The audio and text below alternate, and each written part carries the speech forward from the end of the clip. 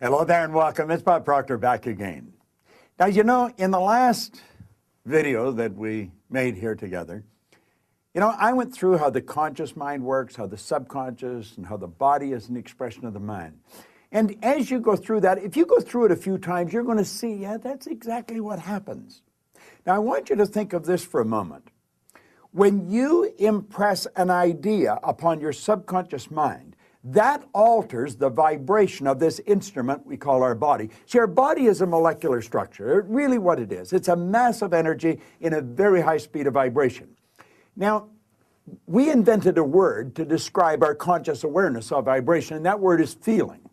If you ask a person, how are you today? They'll say, well, I'm feeling fine, or I don't feel that good, I feel great. You never hear a person say, oh, I'm consciously aware of being emotionally involved with a negative idea, so therefore I've moved into a negative vibration. But that's exactly what happens. So, you see, as we start to understand this, and we become aware that we're not feeling too good, we can change it. Now, it takes a little training, but you can do it. We are really in charge of how we feel.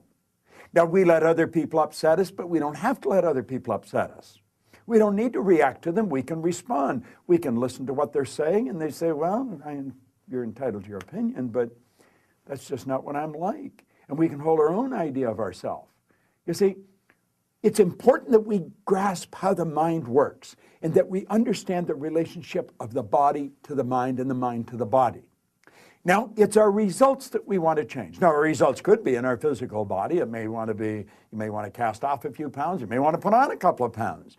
You may want to have a little higher energy. See, all the energy there ever was or ever will be is 100% evenly present in all places at the same time. Everything's energy.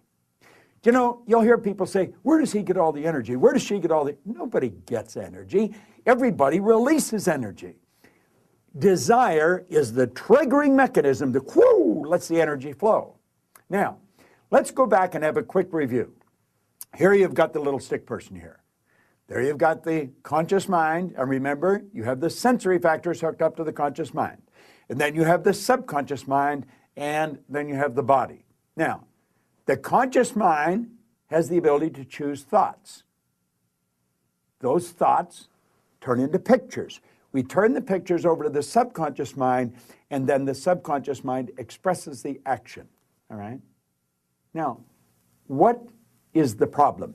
Remember, we said the subconscious mind had no ability to reject. We said the subconscious mind cannot differentiate between what's real and what's imagined. How did we arrive on the scene? I'll tell you. When you arrived on the scene, you did not have any conscious faculties developed. The sensory factors weren't even developed. This is how you arrived. That's called the little life. That's the baby. No conscious mind. So there's the subconscious mind. It's wide open. You can put anything in it. You see, your subconscious mind is programmed genetically. That's why we look like our relatives. It's built right into the genes at birth. But then we're programmed environmentally. Carl Mendinger from the Mendinger Foundation in Topeka one time said, environment is more important than heredity. Why do you think you speak the language you speak? You speak that language because you were surrounded by people that speak that language in your little life. And the language just went right into the subconscious mind. If you grew up in a home that was bilingual, you learned both languages. I had an associate over in Kuala Lumpur, had a little boy, he spoke 4 languages at 4 years of age. And you'd look at that and you'd say, my gosh. No. The baby was programmed. Why do you like the food you like? It's programming. That's right. Now, let's stop and think about the environment we were raised in. Here's the baby, and look at the ideas and the thoughts and the concepts that are going on around that baby are going right into that baby's subconscious mind. Now, through repetition, over and over and over again, and remember, the baby's getting it all day, all week, every week, all month, every month, all year, and this goes on for 4 or 5 years. And the baby reaches the age of 4 or 5 where they can start to think that baby's programmed. That baby is programmed to think like the people it had been surrounded by. If the people that surrounded that baby had gone right through school, the baby will probably grow up and go right through school. If the people that were surrounding that baby always lived in hard times, never had any money, always in debt, that's probably how that baby's going to grow up. Now, this is bizarre, but this is how it happens. It's how it happens for me. I was raised during a depression. We didn't have any money. There was always talk about no money. You should be satisfied with what you've got. Well, that's not true. You should never be satisfied with what you've got. You should be happy with what you've got. Dissatisfaction is actually a creative state. So here we have now a baby that has been programmed. Now, let's take and think for a moment. What happens when that baby starts to think for itself? Now think of this. The paradigm controls the vibration controls the action which produces the result. Now here we go. Here you got the baby with the paradigm, and the conscious faculties have developed. They have the ability to think. There's a power flowing into them. What are they going to think? They're going to think thoughts that are in harmony with that paradigm. That's right. We've been raised to believe you go to work to earn money. Do you know that working is the very worst way to earn money? That's right. You should go to work for satisfaction, not for money. You provide service for money. You can earn money while you're sleeping. In fact, we have programs where we teach people to actually earn more money while they're sleeping than they'll ever need to use while they're awake. You say, well, that's a pipe dream. No, no. That's a paradigm that causes you to think that's a pipe dream. There's people doing that are nowhere near as bright as you. But here we are now. We've got the person. They've been programmed in their little life genetically and environmentally. That paradigm is nothing but a multitude of habits. A habit is an idea that's been programmed into the subconscious mind over and over and over again.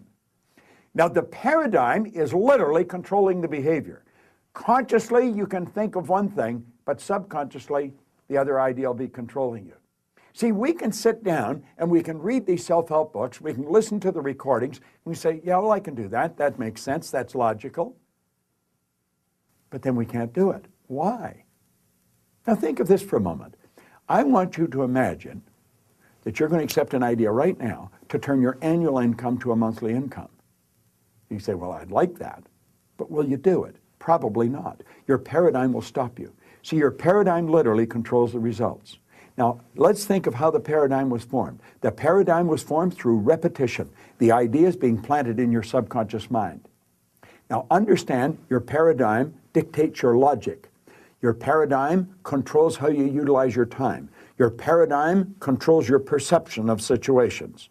Your paradigm controls your effectiveness. Your paradigm controls the amount of money you earn. If you want to change your life, you must change your paradigm. You see, to most people, it's illogical that they could take and turn their annual income to a monthly income. But if you follow our teachings, we'll show you exactly how to do that. We'll show you how to accomplish anything you want to accomplish, because what we're focused on is showing you how to change the paradigm. When the paradigm's changed, your life changes. It's a beautiful concept. It's an absolutely phenomenal concept. Now you know why you're getting the results you're getting. It has nothing to do with your intellect. Your intellect, you can figure out how to do things. That doesn't mean you're going to do them. You'll hear people say, I believe that, but their behavior would indicate they've never even heard of it. Why? We believe something on a conscious level. On a subconscious level, the paradigm believes something else. There's a word called praxis. Praxis is the integration of belief with behavior. We've got to take the beliefs that we have consciously, that we determine by thinking, and plant them in the place of the old belief. See, I used to believe that I couldn't do anything better than I was doing. I felt fortunate that I was on the fire department. The idea of building a company that operated all around the world, furthest thing from my mind. But you know something? As I changed my paradigm, my whole world changed. That's what we do. That's what it's all about. You've got to change your paradigm if you want to change your life. Now, you can study all you want. If you don't gain an understanding how to alter that program, and that's what the paradigm is, it's a program. It's a multitude of concepts that are fixed in your subconscious mind that literally control your behavior. It's a beautiful concept to understand. It's a terrible one if you don't understand it, because it literally controls your life. Why do you think most people go right through their life and keep getting the same results year after year after year? Well, it's just the way it is, and they don't know. We should be taught this in school, but we're not. How is the paradigm formed? Through the repetition of information. How's the paradigm changed? Repetition of information. Now let's suppose you're having a difficult time with money. You find that you got more going out than coming in. You've got to change your concept about money. How do you do that? Through the repetition of an idea. That's where affirmations comes in. I'll give you one that I've been using for years. I am so happy and grateful now that money comes to me in increasing quantities through multiple sources on a continuous basis. I am so happy and grateful now that money comes to me in increasing quantities through multiple sources on a continuous basis. You don't just say that once or twice. You've got to repeat that maybe 1,000 times a day, every day for maybe 90 days. And you'll start to change your whole concept about money. Wealthy people all have multiple sources of income. Now, I'm going to tell you what happened to me. I drove around with a battery-operated record player and a long-playing record. And I played it over and over again every day for probably a couple of years. This was so totally illogical. It was behavior. Everybody thought I was losing it. And I'm reading the same book every day, Think and Grow Rich. As a matter of fact, I'm still reading the same book.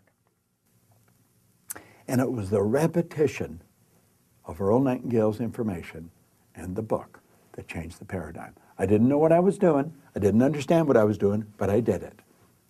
Do you know, I had a man come up to me in the Waldorf Hotel in New York, the Waldorf Astoria, at the end of a 3-day program, and he said, "Bob, I really want to thank you for what you've just given to me." He said, "For the first time in my life, I've understood how I accomplished what I did." I said, "What did you do?" He said, "I won the gold medal in the decathlon in the Olympics in Melbourne, Australia in 1957. That's right. Milt Campbell. And he said, "I never understood how I did it." He said, "The next time you run a seminar, I want to bring my boys." And he did. Milt and I became great friends. In fact, Milt has a key to our house. He can come stay there anytime he wants. I live in Toronto. He's in New Jersey. But here was the top athlete in the world, a very best athlete in the world. He didn't understand how he got there. Most people that are very accomplished cannot tell you why they are. That's why they are. They've rewritten the program. They changed the paradigm. They might not have understood how they did it, but they did it. That's what our company is all about. We teach people how to change paradigms. I want to thank you for watching this, but I'm going to ask you to share it with other people. Share it with them. Say, "Come and watch this." Start a rapport. Build a rapport with people, you know. It's a great way to live.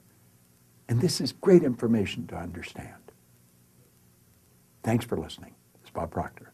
I enjoy sharing it with you.